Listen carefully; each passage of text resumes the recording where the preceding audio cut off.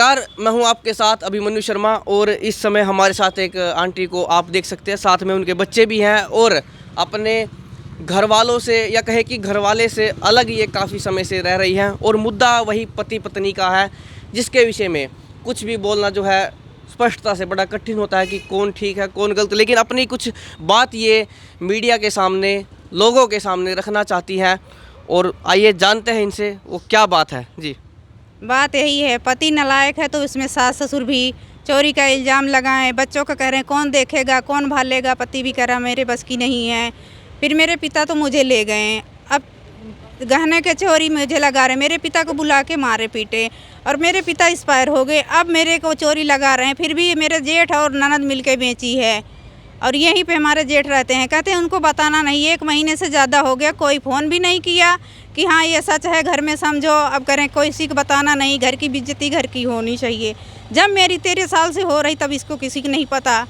यहाँ तक के गांव वाले, मेरी सास ननद मुझे मारने दौड़ी, मेरे पिता को बुला के वहाँ मारे पीटे और जेवर मेरे ही घर में है। मुझे यही चाहिए कि मुझे इंसाफ चाहिए, मुझे मान सम्मान के साथ मेरे घर में मुझे मान सम्मान चाहिए। मुझे 13 साल से चोरी का इल्ज़ाम लगा जो मैं करी नहीं और मैं नहीं डरूंगी। मेरे देवर और मेरा पति कह रहे हैं कि किसी के सामने कहोगी तो मारी पीटी जाओगी। नाम क्या आपका? जानकी देवी। शादी को कितने साल हो चुके हैं? 15 साल होने वाले हैं, जून आ जाएगा तो। आप कहाँ की रहने वाली हैं? यूपी सुल्तानपुर के छोटे से गांव में पसियापारा और पोस्ट है नारायणपुर कला। शादी कहाँ हुई आपकी?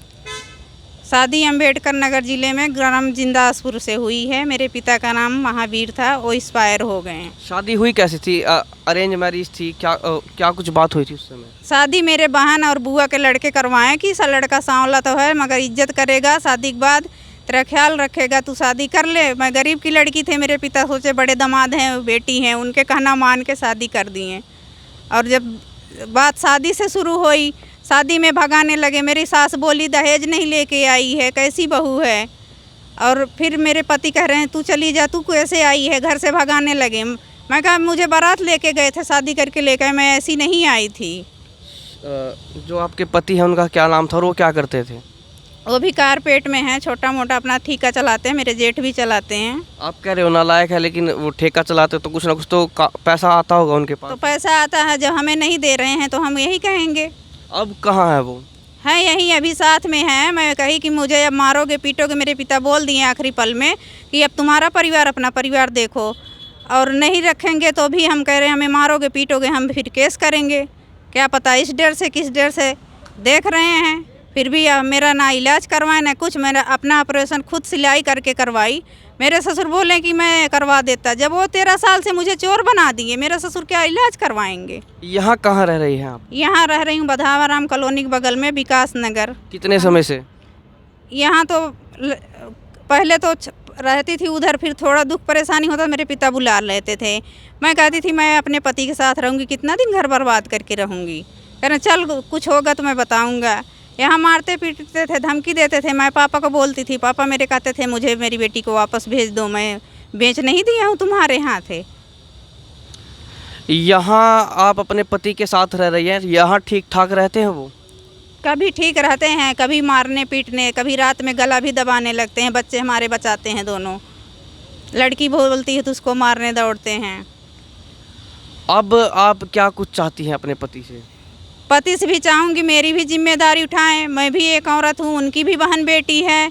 उनकी भी बेटी हमारे पिता पे और माँ पे इल्ज़ाम लगाई कि अपने भाई और बहन के बचाते हुए।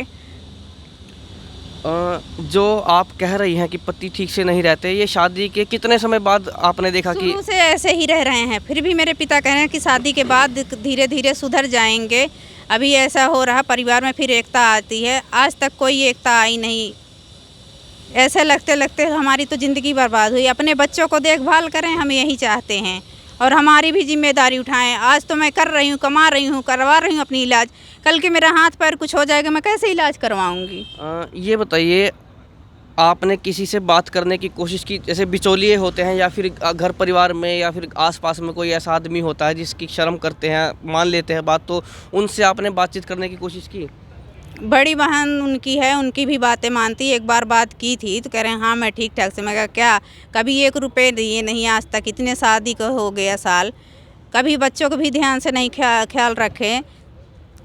फिर थोड़ा बहुत करके पढ़ा रहे हैं, थोड़ा बहुत मैं भी कर रही हूँ, घर में भी हेल्प कर रही हूँ, बाहर भी हेल्प कर रही हूँ। कभी ऐसे हो जाते हैं कि मारने पीटने पुतारू हो जाते हैं। और अब जब जेवर की बात सच्चाई चली कि हाँ मेरे जेठ हो, तो जानते थे फिर भी छिपाए, फिर भी उनकी पत्नी नहीं हूँ जो ये 13 साल से मुझे चोर बना दिए। कहीं भी जाती हूँ, सास ननद की सास भी बोली अपनी जेठानी का पाव जेब बेच दी। जब सारे बेचे हैं तो मुझे क्यों चोरी लगा रहे हैं? अब आप चाहती क्या हैं? मैं यही चाहती, मुझे इंसाफ चाहिए। मुझे जो चोरी का इल्ज़ाम लगाए हैं, मेरे जेठ बेचे हैं, मुझे इंसाफ चाहिए।